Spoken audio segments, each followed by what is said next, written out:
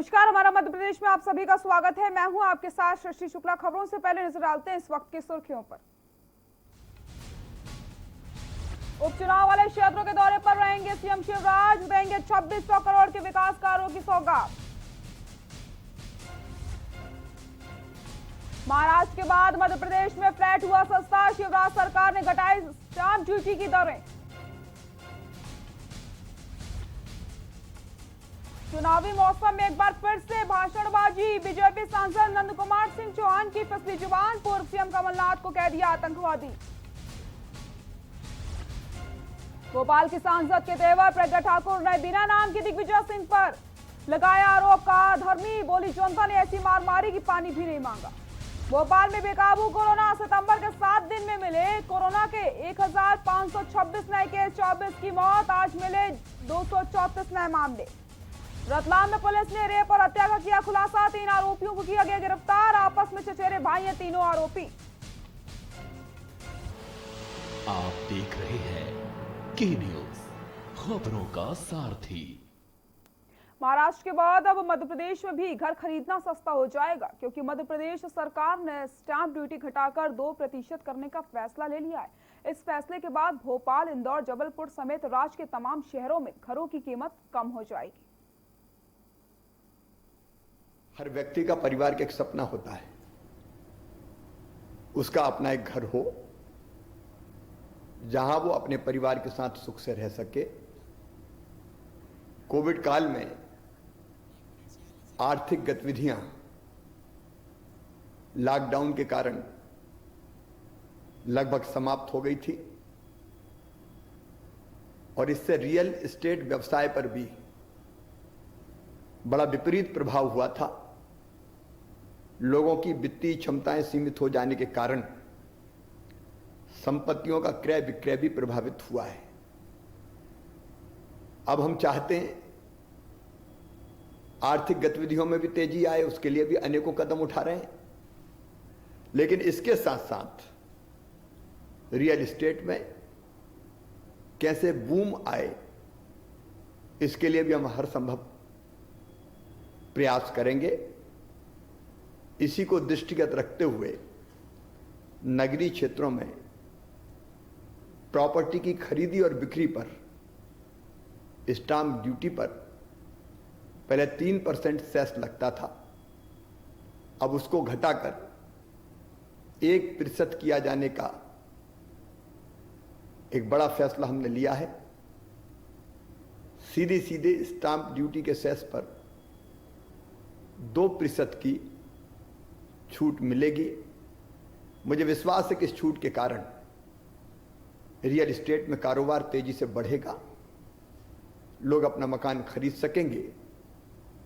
अभी ये छूट 31 दिसंबर तक जारी रहेगी।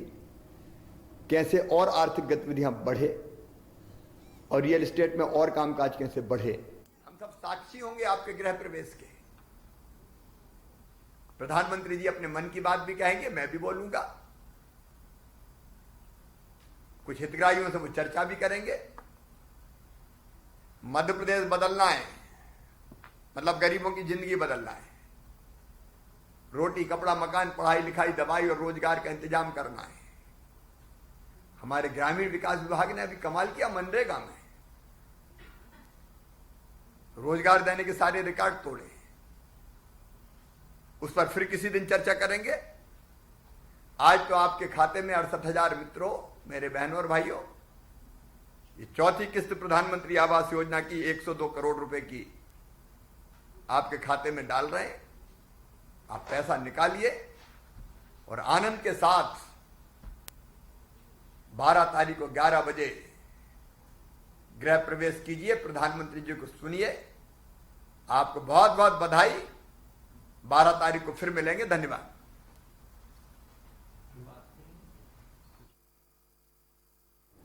इसी को दृष्टिगत रखते हुए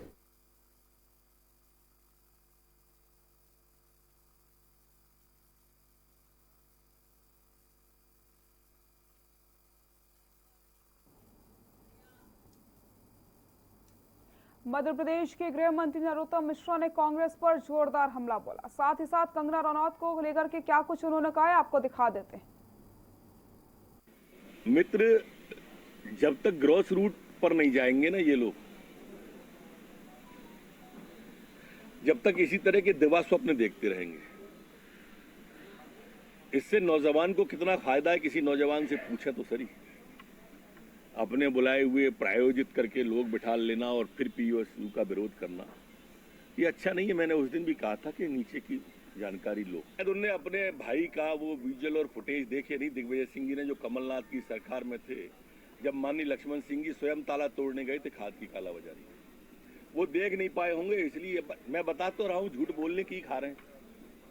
जनता के बीच जाना तो है नहीं। ट्विटर और टीवी पर आप लोग स्थान देते हो तो लगे हुए। सार्वजनिक जीवन में है, हमको मर्यादा, खासकर शाब्दिक मर्यादा का बहुत ज्यादा ध्यान रखना चाहिए।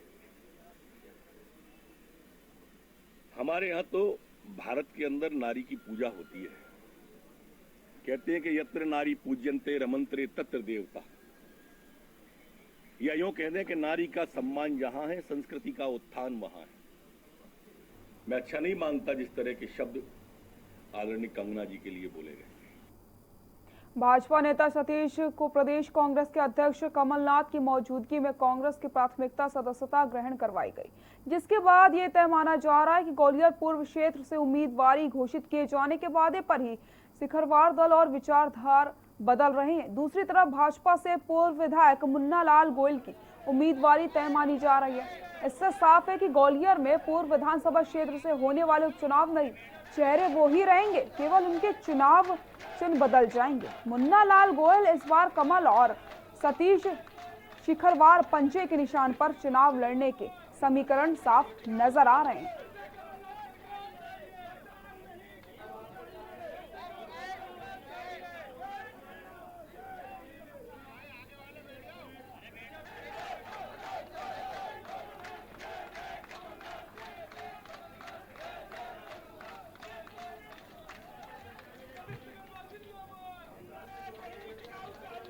रतलाम ग्राम भेरूपाड़ा में बालिका के साथ गैंगरेप करने के बाद आरोपियों ने उसे पानी में डुबोकर मार डाला था।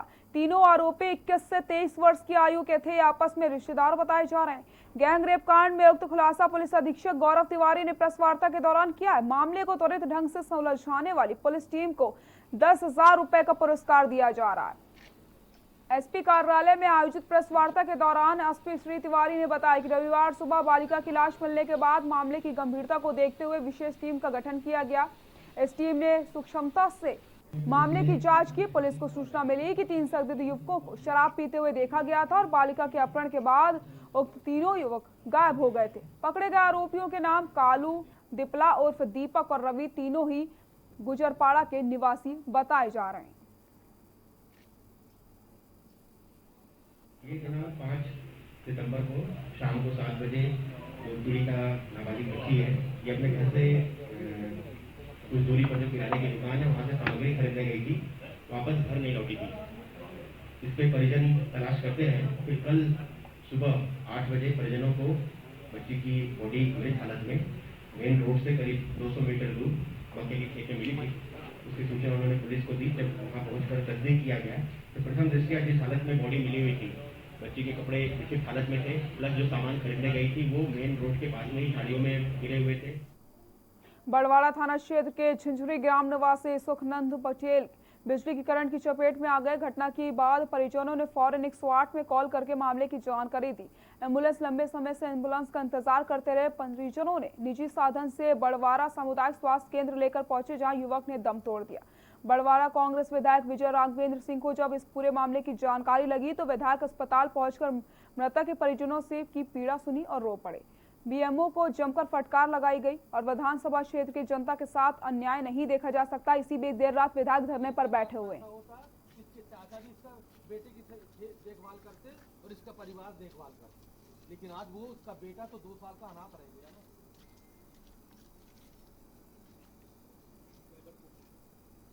मजदूरी करते रहते कितनी होगी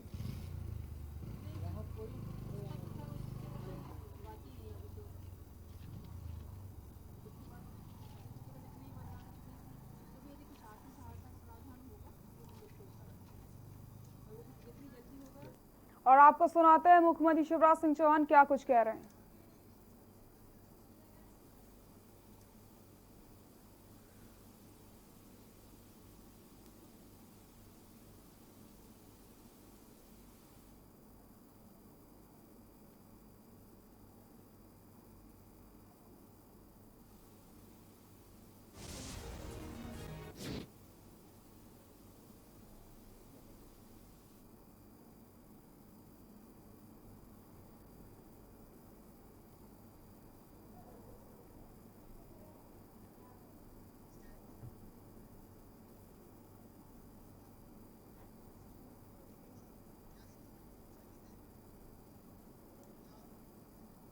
शिवाजीनगर हाईवे 44 पर स्थित टूटे पुल पर भारी वाहनों के प्रवेश पर प्रतिबंध लगा होने के बाद भी प्रतिदिन अनेकों भारी वाहन पुल से निकल रहे हैं। भारी वाहनों के पुल से निकलने से कभी भी हादसा हो सकता है, लेकिन प्रशासन के द्वारा भारी वाहनों के निकलने के बाद भी कार्रवाई नहीं की जा रही।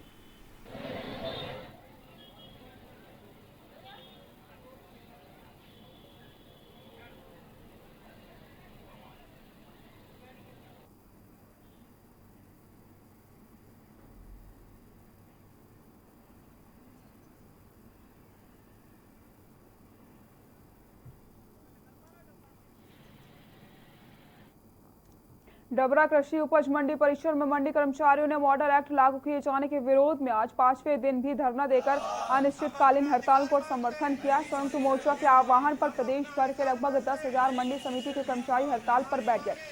डबरा में अनिश्चितकालीन हड़ताल में प्रसिद्ध व्यापारी हब्बल व कर्मचारी पिछले 5 दिनों से अनिश्चितकालीन हड़ताल पर बैठे हुए हैं, जिसके चलते मंडियों में नीलामी का कार्य बंद हो गया है।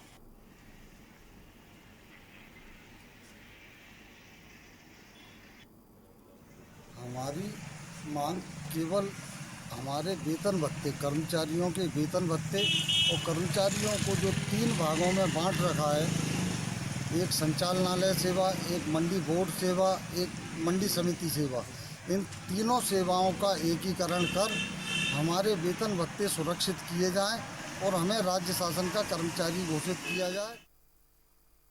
रतलाम जिले के आलोत में गुलबालोद ग्राम पंचायत में बनने वाली गौशाला, जो कि पूर्व में कमलनाथ सरकार द्वारा ग्राम पंचायत की सर्व अनुमति से प्रस्ताव पर पारित किया गया था, पर प्रदेश सरकार द्वारा गौशाला स्वीकृत की गई थी, उसका निर्माण कार्य रुकवा दिया गया, जिसको लेकर के आज ग्राम पंचायत सरपंच एवं किसान नेता वीरेंद्र सिंह सोलंकी के साथ सैकड़ों की तादाद में ग्राम के किसान पहुंचकर ज्ञापन देकर मांग कर रहे हैं कि शासकीय भूमि, जिसका ग्राम सभा में प्रस्ताव बनाकर सबकी सहमति से गौशाला बनाने के लिए पारित किया गया था, उस काम को रोका ना जाए और गौशाला को बनने दिया जाए।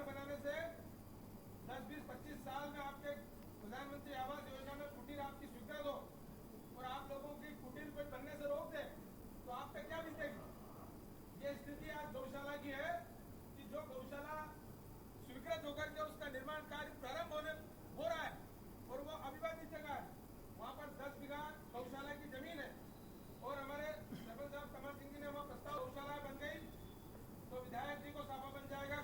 यहाँ पे हमारे क्षेत्र के लोकप्रिय विधायक श्री मनोज जी चावला द्वारा हमारी ग्राम पंचायत में एक गौशाला हमारी बहुत दिनों से मांग थी और वो गौशाला हमारे यहाँ पे भूतिया में बनी हुई, फिर भी पास में ही वो गौशाला हमारी स्वीकृत की माननीय विधायक जी ने, परंतु गांव के कुछ लोग जो उस जमीन पे जहाँ पर हम गौशाला का निर्माण कर रहे हैं, उस जमीन पर अतिक्रमण करना चाह रहे हैं, इसलिए वो बार बार यहाँ आके अधिकारियों से शिकायत कर रहे हैं। पंधरा में कर्मचारियों, अधिकारियों एवं जनप्रतिनिधियों के हठधर्मी देखने को मिली है, जहां ग्रामीण को जन कल्याणकारी योजनाओं का लाभ नहीं मिल पा रहा। उन्हें शासन की महत्वपूर्ण योजनाओं जैसे पेंशन राशि, पर्ची राशन कार्ड, आवास कुटीर योजना एवं अन्य योजनाओं का लाभ नहीं मिल पा रहा, जिससे ग्रामीण परेशान है। वहीं जब ग्रामीण योजनाओं को संबंधित जानकारी लेने अधिकारियों के पास पहुंचते हैं तो ना ही उनसे अच्छा व्यवहार किया जाता और ना ही इसके बारे में उन्हें कोई जानकारी दी जाती है। वहीं गुस्साए ग्रामीण परेशान होकर ग्राम पंचायत पहुंचे हैं।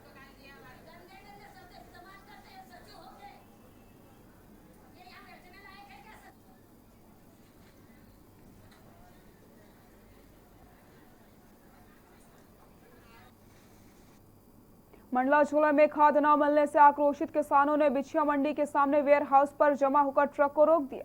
खाद के लिए मीलों दूर से आए किसानों में एक वृद्ध महिला का गुस्सा फूट पड़ा। जहां उसने अधिकारियों को जमकर खरी खोटी सुनाई। किसानों के द्वारा हंगामा की सूचना मिलते ही तहसीलदार और पुलिस मौके पर पहुंच गई। मोर्चे को संभालने के लिए किसानों ने खाद की कालाबाजारी का भी आरोप लगाया। नाराज किसानों ने वेयर हाउस में घुसकर जमकर हंगामा किया। प्रशासन के काफी समझाने के बाद किसान ट्रक के सामने से हटे, तब तक ट्रक वेयर हाउस के अंदर गया और फिर खाद बांटने का संचालन शुरू किया गया। अधिकारियों का कहना है कि जो दूर दूर से किसान खाद के लिए आए हैं, उनकी समितियों के लिए खाद पहुंचाई जा रही है। वहीं किसानों का ये कहना है कि उन्हें यदि उनके गांव में खाद मिलती तो इतनी दूर सफर करने के वो क्यों आते। जानकारी मिली थी हमें कि वहाँ पे अधिक मात्रा में किसान उपलब्ध मतलब आ गए हैं खाद लेने के लिए, क्योंकि हम ये सुनिश्चित करना चाहते हैं कि एरिया की हर क्षेत्र के किसानों को जो है इसका लाभ मिले। और जो गाड़ी लोड हुई वो हो रही थी, उसको रोकने के लिए किसानों ने थोड़ा सा वाद विवाद वहाँ पे जैसी स्थिति बनाई, लेकिन हमने मंडी के अपने सारे इंस्पेक्टर्स को वहाँ डिप्लॉयड कर दिया है। प्राकृतिक आपदा और वायरस के प्रकोप से किसानों की कमर टूट रही है। भोपाल के समीप ही सूखी सेवैयां गांव में अतिवृष्टि और येलो मैजिक नामक वायरस से सोयाबीन की 100% तक फसल बर्बाद हो चुकी है। वायरस का काफी असर है। गांव के स्थानीय किसान नईम खान ने शिवराज सरकार से जल्द ही मुआवजा देने की मांग करी है। इसके साथ ही प्रदेश के मालवा, निमाड़ और महाकोलुशल से फसल प्रभावित होने से सूचनाएं आ रही है। प्रदेश में इस बार अनुकूल मौसम को देखते हुए किसानों ने रिकॉर्ड 58.46 लाख हेक्टेयर क्षेत्र से सोयाबीन को बोया था, जिसके कारण उम्मीद जताई जा रही थी कि गेहूं की तरह इसे तिलहन फसल का भी बम्पर उत्पादन होगा, लेकिन फसल येलो मोजेक वायरस की चपेट में आ गई है। अधिकांश जगह सोयाबीन के पत्ते पीले पड़ गए हैं और पौधे भी पूरी तरीके से सूख चुके हैं। वहीं दूसरी ओर कृषि मंत्री कमल पटेल ने भरोसा दिलाया कि किसानों को कोई नुकसान नहीं होने दिया जाएगा। फसलों का हुए नुकसान का सर्वे करवाया जाएगा। किसानों को बीमा के साथ राजस्व परिपत्र पुस्तक के प्रावधानों के तहत भी क्षतिपूर्ति दी जाएगी। ये सूखी सेमैनिया का क्षेत्र है और यहाँ पर 30 से 40 करोड़ का चारों तरफ का नुकसान हुआ। ये पूरी सूखी सेमैनिया का यहाँ पर कम से कम 1 से 1,500 एकड़ ज़मीन पे पूरा सोयाबीन बर्बाद हो चुका है। और मैं मध्य प्रदेश सरकार से गुजारिश करूँगा कि किसानों की तरफ देखें, किसानों को ज़्यादा से ज़्यादा मुआवजा दे के उनको फिर से तैयार करें, ताकतवर बनाएं, नहीं तो किसान बर्बाद हो जाएगा। ग्वालियर क्राइम ब्रांच के लिए दूसरी बड़ी सफलता हाथ लगी है, जहां पर कुछ दिन में 7 तस्कर सहित 15 पिस्टल और 20 लाख की ब्राउन शुगर पकड़ी गई। ग्वालियर क्राइम ब्रांच को आज सूचना मिली थी कि शिवपुरी लिंक रोड पर शीतला माता मंदिर तिराहे पर एक युवक अवैध हथियारों की तस्करी बड़ी खेप में लेकर बस का इंतजार कर रहा था। मुखबिर की सूचना के आधार पर टीम ने दबिश दी और मौके से एक तस्कर जुवेर मंसूरी निवासी बहरमपुर जिला खरगोन मध्य प्रदेश को गिरफ्तार कर लिया गया, जिसके पास से बैग मिला। उसमें 12 पिस्टल और 4 जिंदा राउंड बरामद किए गए हैं। पकड़े गए तस्कर से पुलिस को पूछताछ में बताया गया है कि वह खरगोन से लाकर ग्वालियर में उसके आसपास बेचने के लिए आता था। प्रत्येक पिस्टल का 25,000 रुपए बेचता था। अब ग्वालियर चंबल संभाग के पुलिस को बड़ा चौकन्ना रहना होगा, क्योंकि कुछ समय बाद 16 सीटों पर विधानसभा के उपचुनाव होने हैं। पुलिस का कहना है कि पकड़े गए आरोपी से और गहन पूछताछ की जा रही है, जिससे ये पता लगाया जा सके कि इनका कितना नेटवर्क सक्रिय है।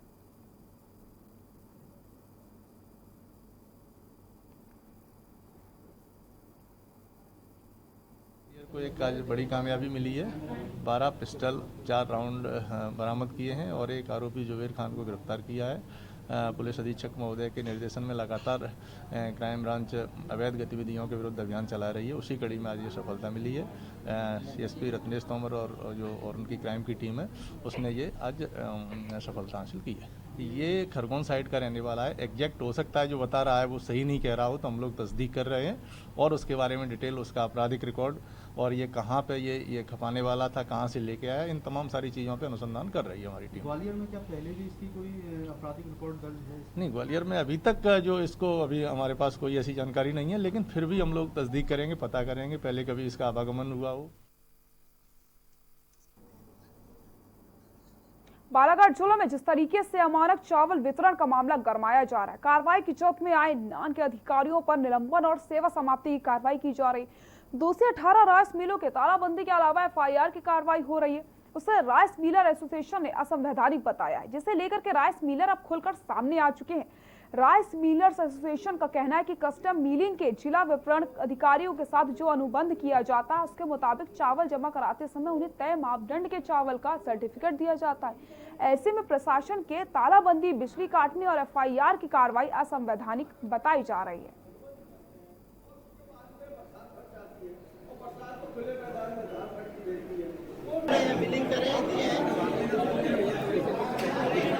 अब आपके सहयोग की अपेक्षा है, आप लोग हमारी टेस्ट मीटिंग वाली जो नीति है, जो ध्यान है, आप चलिए, कल चलिए, मेरे नेतृत्व में चलिए आप लोग, और आपके नेतृत्व में मैं चला जाऊंगा, और वो ध्यान को आप देखिए, आप उसको अपनी आंखों से देखोगे तो आप हमारे ऊपर से जो आरोप लगा सही नहीं कि आप साफ पार्टनर में आओगे। सर, ऐसी क्या मजबूरी रहती है कि आप लोग खराब धान स्वीकार कर लेते हैं मिलिंग के लिए?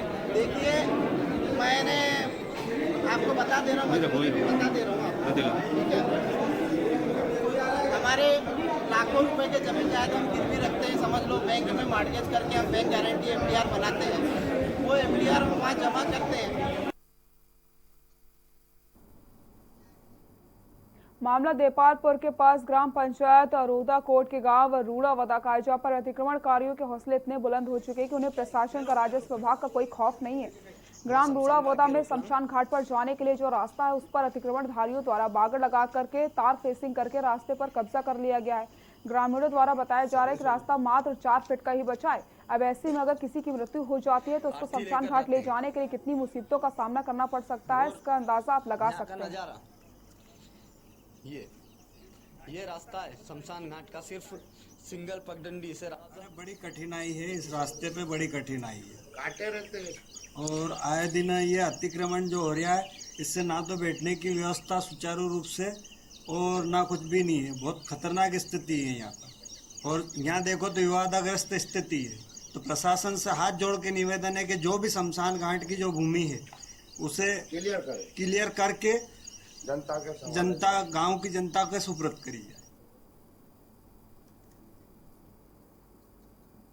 खबर शाजापुर से, जहां पर कोरोना योद्धा आरक्षक अरुण बघेला का निधन सुजालपुर थाने में ड्यूटी के दौरान हो गया था, जिसके बाद कोरोना संक्रमित शाजापुर पुलिस ने शोक का माहौल बताया। आपको बता दें कि भोपाल के एक निजी अस्पताल में अरुण बघेला ने अंतिम सांस ली। अरुण बघेला को 2 जुड़वा बच्चे हैं। आपको बता दें कि कोरोना योद्धा अरुण को पुलिस ने सम्मान के साथ अंतिम संस्कार किया। इस दौरान शाजापुर एसपी ऑफिस में शहीद आरक्षक को श्रद्धांजलि अर्पित की गई एवं शाजापुर एसपी पंकज श्रीवास्तव ने शोक संवेदना व्यक्त की है।